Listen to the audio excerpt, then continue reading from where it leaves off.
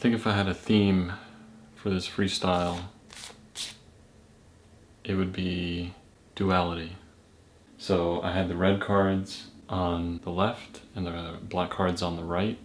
Within that, converging at the center, I had the ace of spades and the jokers, which were sort of like the wild cards, kind of creating a separation between the two. The more I was building, the more I realized that I wanted to do a lot of shingling and decorative type of card stacking. So I started sorting out those cards while I was stacking, not knowing exactly what I was going to do. At first, you might think that it creates a little bit of division between them because they're separated, but I think because of the nature of playing cards, that duality actually, brings them closer together in a way. When I started this project, I just built a huge grid. Like, this thing was really big. Probably the biggest grid that you can build, given the circumstances of not being able to walk completely around it.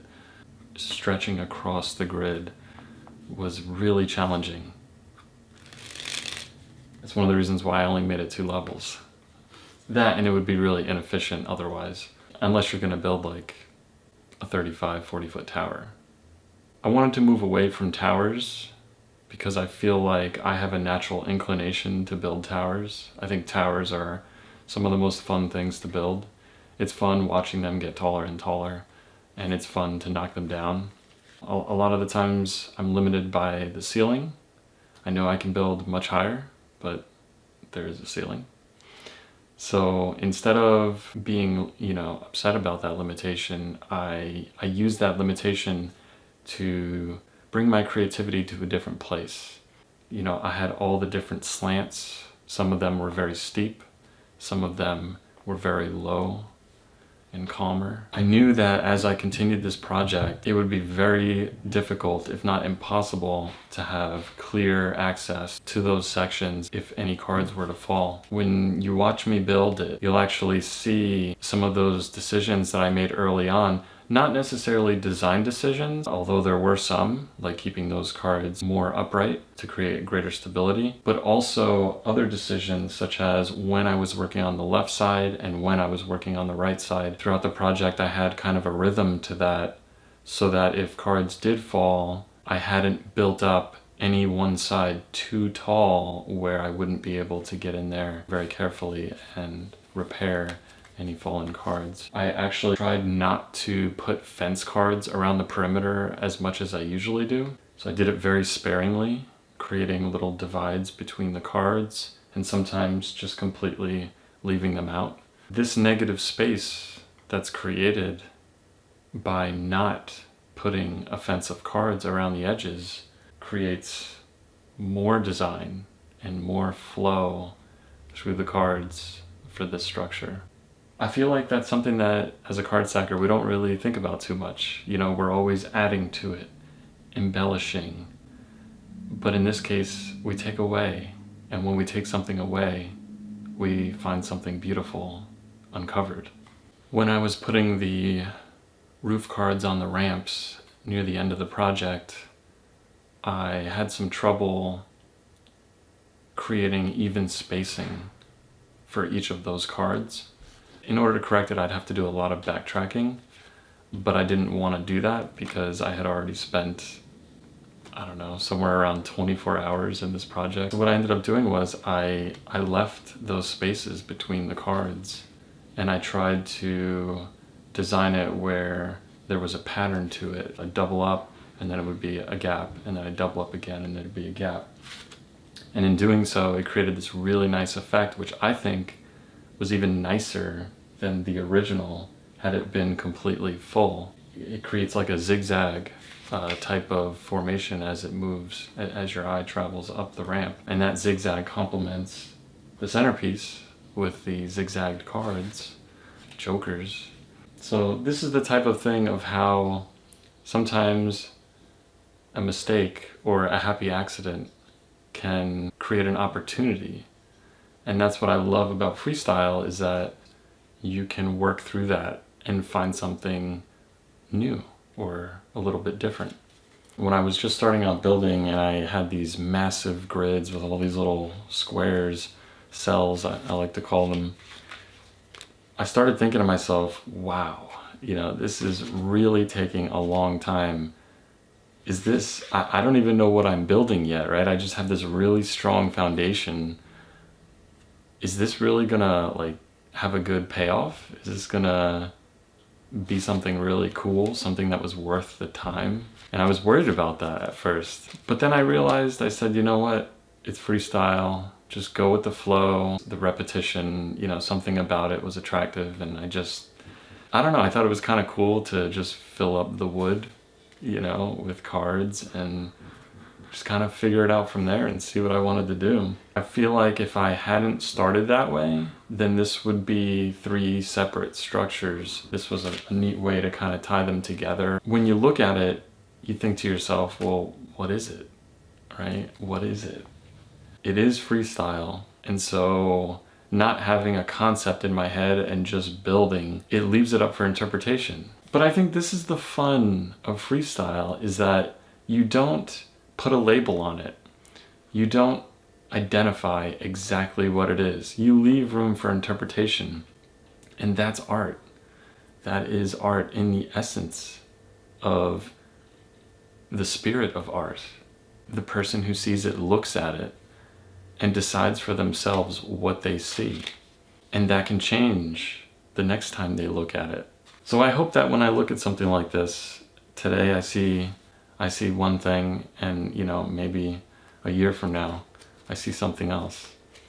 I think in card stacking, there's a tendency to want to get the project done as efficiently and as quickly as possible. And while that does have its applications, especially if you are card stacking in a real world setting where there's a schedule and you have a certain amount of time to have access to that space, then you should be efficient and hollow out your project wherever you can and really try to use fewer cards. But in this case, sometimes I just like the repetitiveness of doing something, even when it's inefficient, like building a giant grid, not having any idea of where you're going. Just let it flow, let it come from you, see where your intuition leads you. If every card stacker did a little bit more of that, and it doesn't have to be at this scale, right? It can be on a much smaller scale, because every experience is different.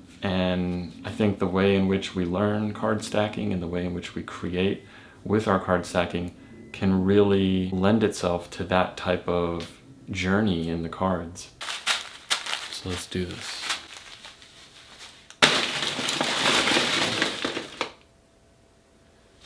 That's 1, 2. Wow. Right on the side there. Let's try the other side. Look at that. That hole. This is what I'm talking about. Look at that. Isn't that wild? Let's get one more right in that hole. Let's try this one now. Look at that. It's 6 beanbags. Now granted, I probably could have hit this one a little bit better. Let's see if I can find a beanbag in this rubble.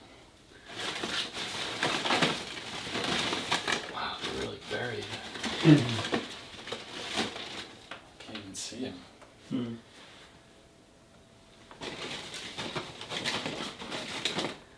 Well, here goes. We've got a card. Oh, this is. Oh, here we go. This is the stuff right here. Look at that. Now this thing is on the brink of destruction right here. This is barely holding on. Mm-hmm.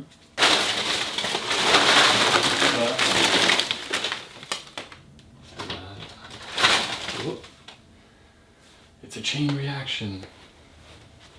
Alright, here we go.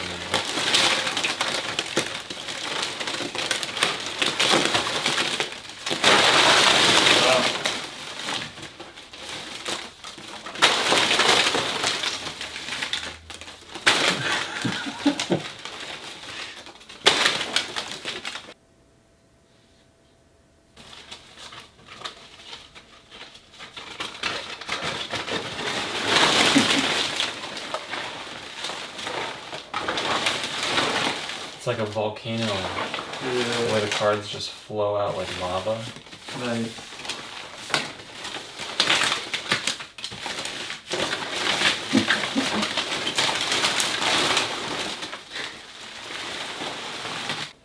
That is so weird.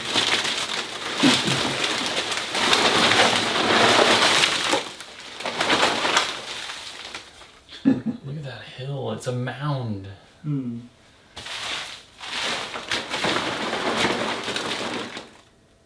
And the final cards go down.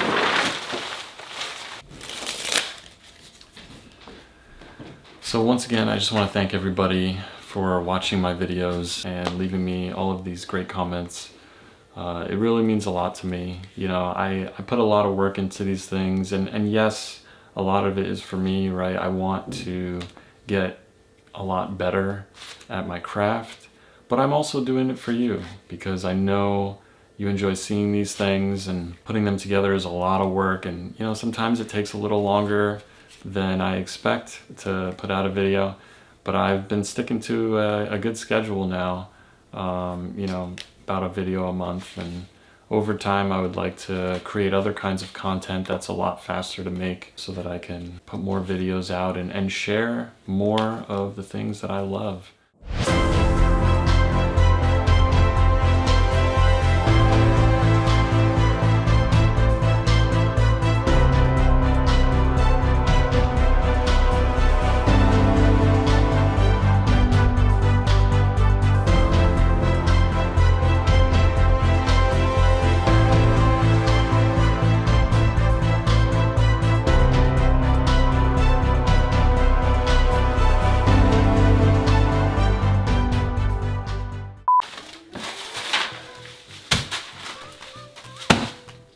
It's dead. I don't know what it is. Help me figure out what I just made. Oh wow, that's weird. Why would you say that? Sometimes I look at it and I say, well, it kind of looks like a spaceship.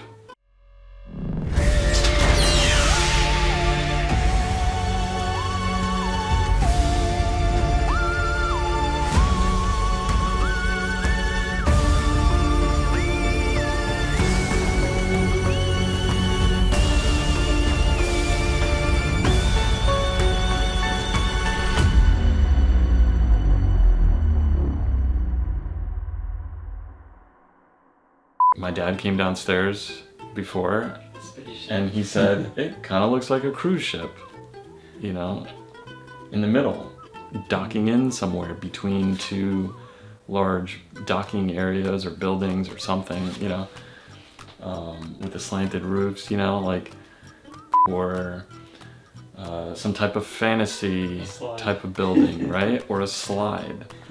Yeah, well, those are definitely. Yeah. Water slide. Is it a water park? I don't know. Is it a water park? It could be. Then you should, by all means. Zordon. Oh, that's weird. Zordon, come in. Is that gonna be in the bloopers? And I had to repair some of the cards. Luckily, most of it was up front, but I had to stick my arm through there, through that small gap, and really try to fix the cards, and it took a little while. You've got to be patient in card stacking. You can't, if you're frustrated, just walk away. Don't touch it. Don't touch it if you're mad, because it's trouble. And share more of the things that I love, like card stacking. Piano and guitar. Piano and guitar. That'll be another YouTube channel, right? Yeah. Gaming channel. Gaming. Let's go. Major. That's right. Rush B, don't stop. Try to fix that. What do you mean? Imagine if you tried to fix that, you would just knock something down and try to fix it. Oh my gosh. Oh, you want me to fix this? Yeah. No way, man.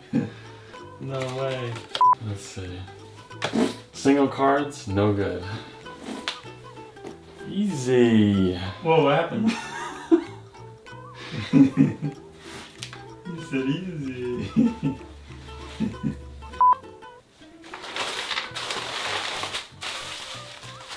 Any bugs?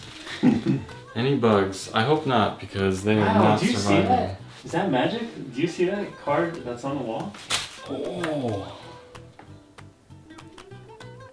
That's so weird. it's adhered. My shoelace was like that once. My sneaker lace.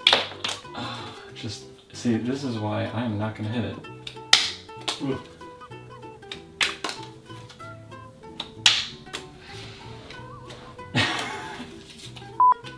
You gotta pick up all those cards, dude.